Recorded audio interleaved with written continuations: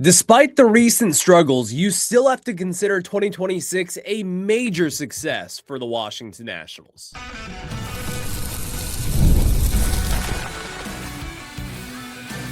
You are Locked On Nationals, your daily Washington Nationals podcast, part of the Locked On Podcast Network, your team every day.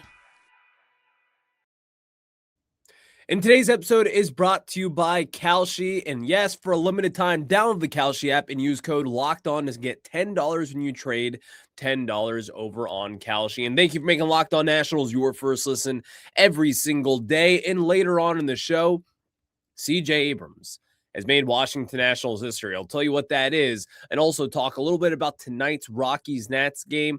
But in the second segment, let's talk about yesterday's massive win for the Washington Nationals as well. Cade Cavalli did the damn thing again. So 2026, though, I do want to talk about just this big picture topic because I've seen a lot of negativity around the Washington Nationals, and I understand it. But also you have to remember this.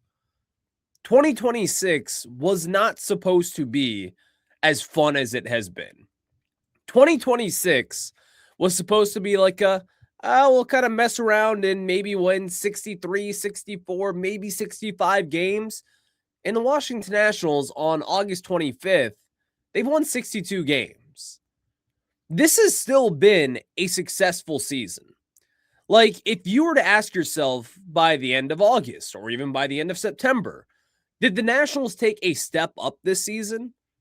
They took 2 steps up, in my opinion. This is an organization that is still aligned in the same way, and I think that they are going north. I think in 2027, they have the opportunity to be a lot better. Now, there's a lot of things that have to happen for them to get to that point, but I think overall, you should feel good about the trajectory of this team. If I am a Nats fan out there, if I'm even Paul Taboni, I'm kind of patting myself on the back saying, I feel like the Nationals have got a lot going their direction. And what I really mean by that is if you have seen the development across every single level with the Washington Nationals, down in low A, all the way to double A, into triple A, even the rookie ball, you've seen development, and you've seen a lot of talented guys really start to step up within this organization.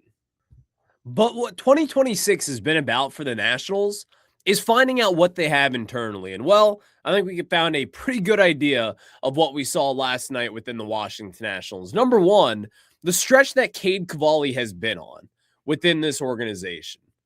Cade Cavalli has quietly turned himself into the ace of this team. And even the ace that I think a lot of people expected him to be back in the day. But what he has done so far for the Nationals has been incredible for the Nats. I think that Cade Cavalli now, I never expected him to be a number 1. Really, I didn't expect him to be a number 2. I always thought that his ceiling would be like a fringe 2, maybe a number 3 on a good team. But I think that the conversation surrounding Cavalli at 28 years old is, can this guy be the ace of your team? Well, last night, after having yet another quality start, Cavalli is now looking the part. CJ Abrams, having the breakout season that he has had. He made Nats history last night. I'll tell you what that is later on in the show today, but the development of what CJ has done. Number one, it has proven a lot for this Nationals team that this guy can be a all-star caliber player and a starting top 10 bat in the National League. Something that I think a lot of people thought that might come down the road, but was it expected to happen this season? Not necessarily. I don't think anybody was banking on CJ Abrams being a top 10 bat in baseball this year. But that's what he's become. And then earlier this season, when you signed Foster Griffin, coming over from Japan, a 1-year, $5.5 million deal. And everyone's like, oh, well, he's going to be a starting pitcher. This guy has 6 different pitches, who doesn't throw over 92 miles per hour. He's going to come in, and we're going to guarantee him a starting spot. someone who has been in the majors before and really failed out with the Royals and the Blue Jays, and this is going to be the guy that we're going to rely on, he turned out to be an all-star pitcher for the Nationals. They ended up trading him at the deadline for a pretty decent haul, all things considered. This has been a season that you can't, I understand why you think in the moment. And you're like, well, Ryan, a month ago, the Nationals were squarely in a postseason spot. And they had the chance to make a wild card run. And they had the opportunity to go out there and make the second half really interesting. I understand that point of it. But also, you have to look at the individual successes of this team. This has been a major success in 2026. No one expected the Nationals to be in the spot that they are in today. Nobody expected the Nationals to be in postseason contention entering this season. Nobody expected the Nationals to not be last place in the National League East. Now, not going to lie, the New York Mets are kind of catching up. They're only 2 games back from the Nationals. That would suck to see them catch up there. But we were talking about a competitive team for most of this season. And I know that a lot of fans are going to be frustrated by the way that this season is going to end and the way that it has gone as of recent. But you also have to think to yourself, last year, did you have any confidence about the future? Probably not. Before this season started, did you have much confidence about the future? Not as much as you have today. You feel as if still that this Nationals team has taken the necessary steps to be a contender. And I think that is kind of the focal point of 2026 so far. And we have seen it not just in the majors, but also down in the minor leagues, where the Nationals have now developed their system into being a top 7 farm system in all of baseball. And in my opinion, I think that list is going to just get higher and higher and higher. This team, right now, the way that it's constructed, reminds me of the Detroit Tigers earlier on in the 2020s, where you can kind of see the pieces starting to come together.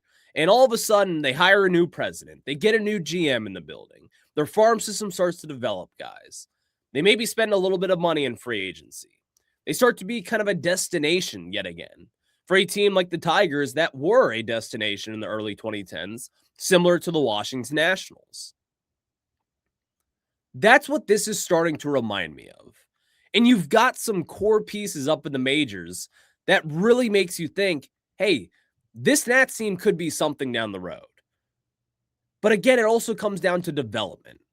And also it comes down to spending money, which is a whole different conversation that will happen this offseason 110%. But you have to feel good about the trajectory of this team. And I feel great about this team. I feel really good about this organization moving forward.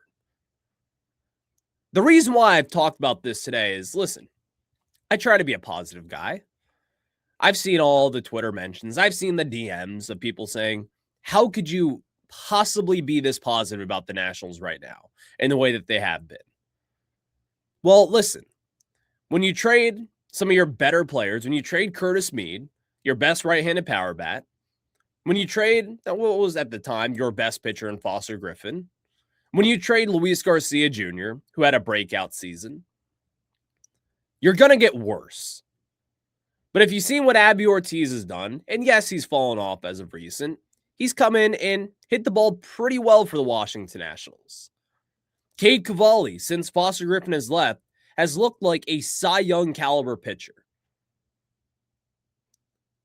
You look down in the minors with Seaver King and the development that he has had this season. After 2025 looking completely lost at the plate. Now all of a sudden, the guy just loves to hit the baseball. How can you not see a positive future and light at the end of this tunnel? That's kind of where I'm at for the Nationals. And I do see that. And I see the Nationals in a much better spot moving forward. And I think that overall this season, while it has been frustrating at times, trust me, I know it has been frustrating. But also the Nationals have got themselves in a spot where they can contend in 2027 and hopefully beyond. And really what this team reminds me of is that early iteration of the Detroit Tigers about a few years ago. And then all of a sudden they broke out. And they had someone named Tarek Skubal come in and become a Cy Young winner. Is that Cade Cavalli? I don't know. But man, does he not look like it at this point. Let's talk more about Cade Cavalli and just what he did last night, and also CJ Abrams making Nationals history. We'll talk about last night's 13-3 win right after this.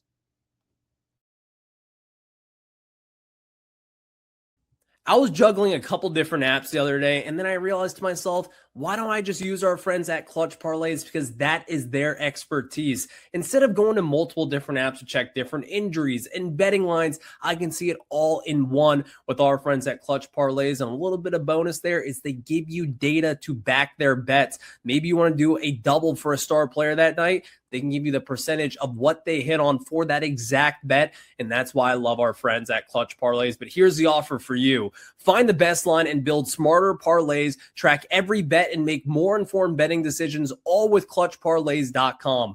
Right now, Clutch Parlays is offering a great deal for Locked On listeners. Your first month free on a monthly plan. They want to make sure that you get a real chance to try it out and see what it can do for you. Go to ClutchParlays.com today and use code Locked On to claim it. ClutchParlays.com. Bring together live odds, line shopping, predictions, bet tracking, analytics in one place so you can bet with more confidence.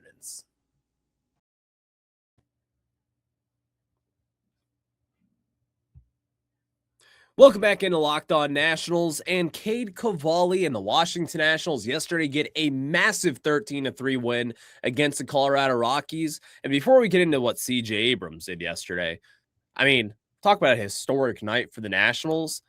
Cade bleeping Cavalli, the guy that we always thought would be the ace of this team, has now turned into the ace of this team in 2026. And at just 28 years old, what Cavalli has been doing lately has just been absurd, out of this world good for the Nationals at this point.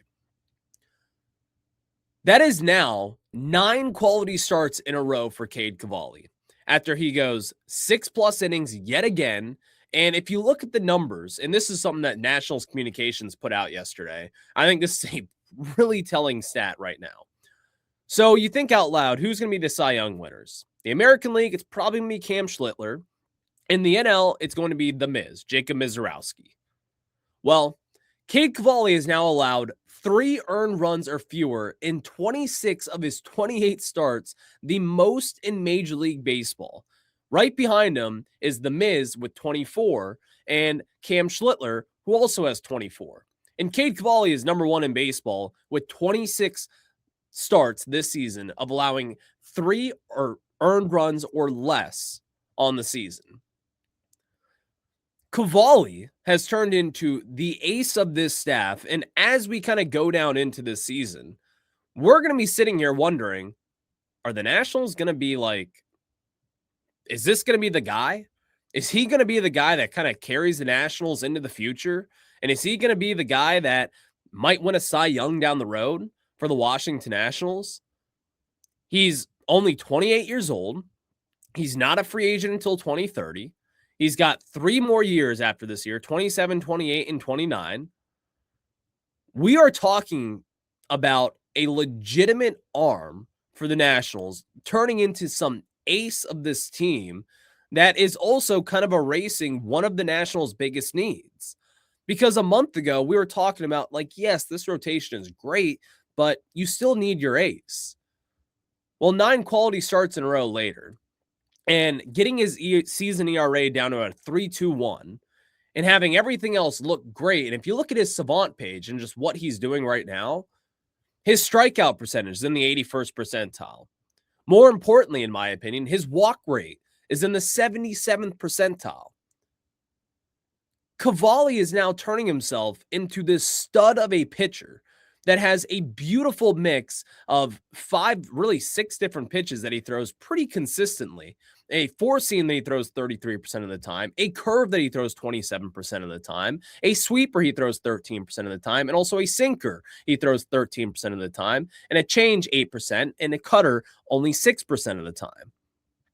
But he is now mixing all of these pitches And as we saw last night in his yet again another dominant performance, Cavalli is turning himself into an ace for this team. At 12-5 on the season, he had 7 strikeouts last night. He did allow those 2 home runs, which is something that I think if he was going to improve on something, the hard contact is going to have to end at some point.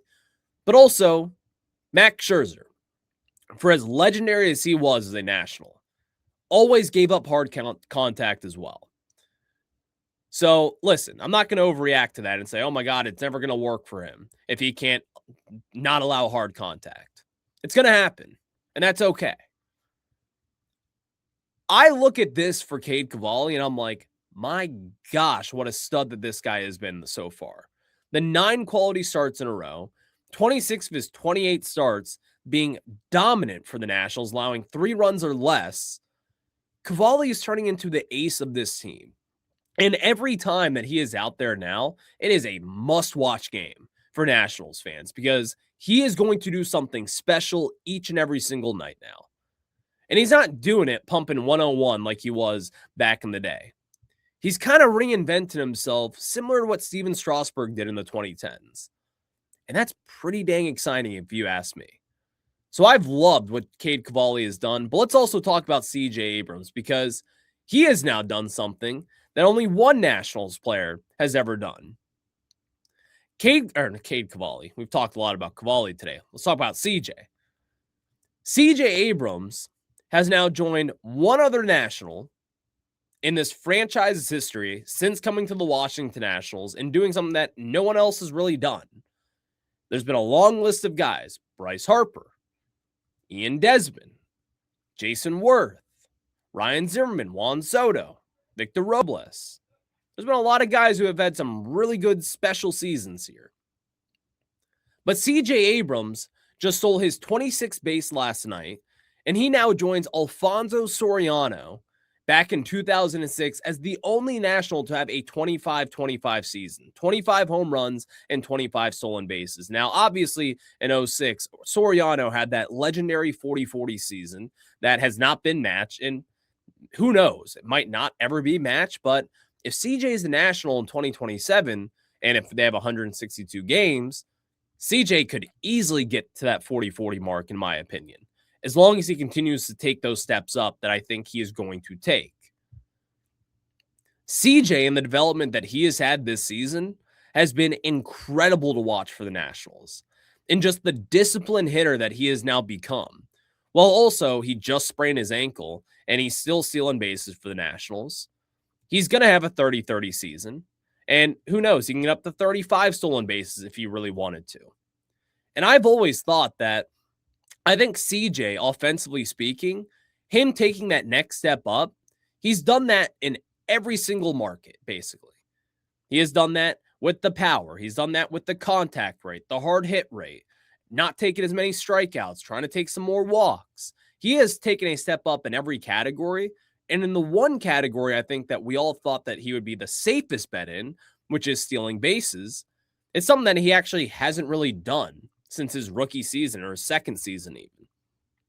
But if you allow CJ Abrams to just wreak havoc on the base pass, that's how he takes yet another step up. And even after getting moved off of shortstop, listen, I think that there's a lot of different things that go into that decision there. And we talked about it last week with Paul DeBoni opening up about it and Blake Butera and CJ Abrams as well. But CJ, he could steal 30, 40 bases in a single season, I think every single year if he really wanted to. But I think he's become so special as a hitter that the Nationals are like, listen, man, don't change your approach on the base pass and don't change your approach at the plate. You are a doubles hitter that can find the gap, that can also hit for some good power. That's what CJ has become at this point. And after having this 25-25 season, joining Alfonso Soriano as the only National to ever do that, that is a big step in his development. And as we have seen, he has been kind of the spark plug for the Washington Nationals, especially with this James Wood injury that has kind of just been, lingering for some time. And who knows what's going to happen with James Wood at this point. We can get an update on that a little bit later on and just kind of see where he is. But CJ has been incredible, to say the least, for the Nationals. And after that 13-3 win yesterday, you saw a lot of good things yesterday. Dalen Mile, 5 RBIs, including 3 hits. He had his 16th home run of the season. I mean, he's had a little bit of a tough stretch over the last week plus after we thought he was kind of turning it around. Unfortunately, that has not necessarily been the case, but he was getting on base yesterday. You like to see that. You saw 2 hits from Jacob Young, 3 hits from Jorbit Vivas. Keibert Ruiz added in on the action. Dylan Cruz drew 3 walks yesterday, which is something that I think that earlier this season we thought he would never do in a single game, let alone 2 walks in a single game. Well, he had 3 yesterday. Things are just starting to feel a little bit better about the Nationals after having a pretty crappy season overall. Well, not really. We just talked about it being good, but a crappy season in the second half. And being in this funk and after just getting dominated on the road over the last 2+ weeks. You got to eat your breakfast with the Colorado Rockies, and that's what this Nationals team has done so far. But next, let's talk more about tonight's game and what's going to happen for the Washington Nationals, and also get you up to speed on the latest with James Wood. We'll talk all about that and much more right after this.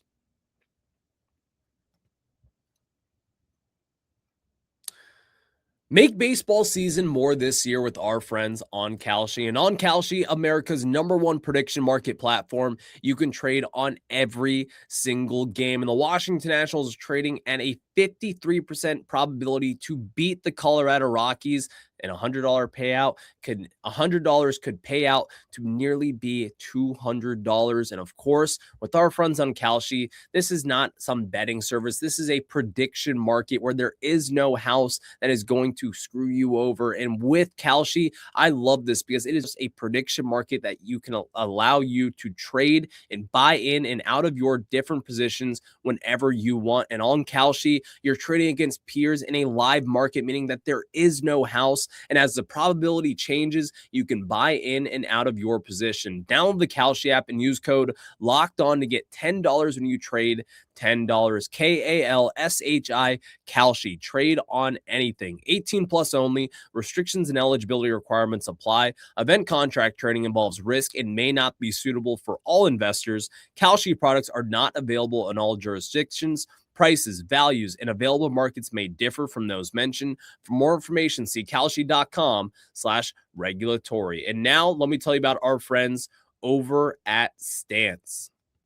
And yes, before we get into today's show, it's time for the Everyday Icon presented by Stance. And as the official sock partner of Major League Baseball, Stance knows greatness isn't built in a single moment. It's earned over time through consistency, preparation, and showing up every day. And that's why each week we're recognizing one player whose performance embodies those same qualities. And of course, I can tell you this, that player for the Washington Nationals is Cade Cavalli. 26 of 28 starts this season, allowing 3 earned runs or less. And man, has it just been incredible to watch him as he went 6 innings yet again yesterday in dominating the Colorado Rockies. 7 strikeouts, did allow 2 home runs, but still yet another quality start. That is now 9 in a row for Cade Cavalli. So that is our Stance player of the day. And the Everyday Icon is presented by Stance. Check out the Icon collection from Stance with premium comfort, performance, and durability designed for whatever your day brings. Use promo code LOCKEDON at checkout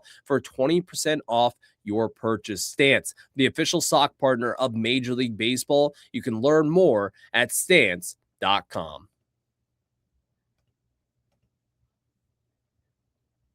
And welcome back into Locked On Nationals. I am your host, Ryan Clary, and let's talk more about this Rocky series tonight, but also kind of talk about James Wood here as the star player for the Washington Nationals is still on the shelf right now. I think that the Nationals are playing really cautious, and James Wood, he threw from 120 feet yesterday and did hit off a tee and had some soft toss on Sunday.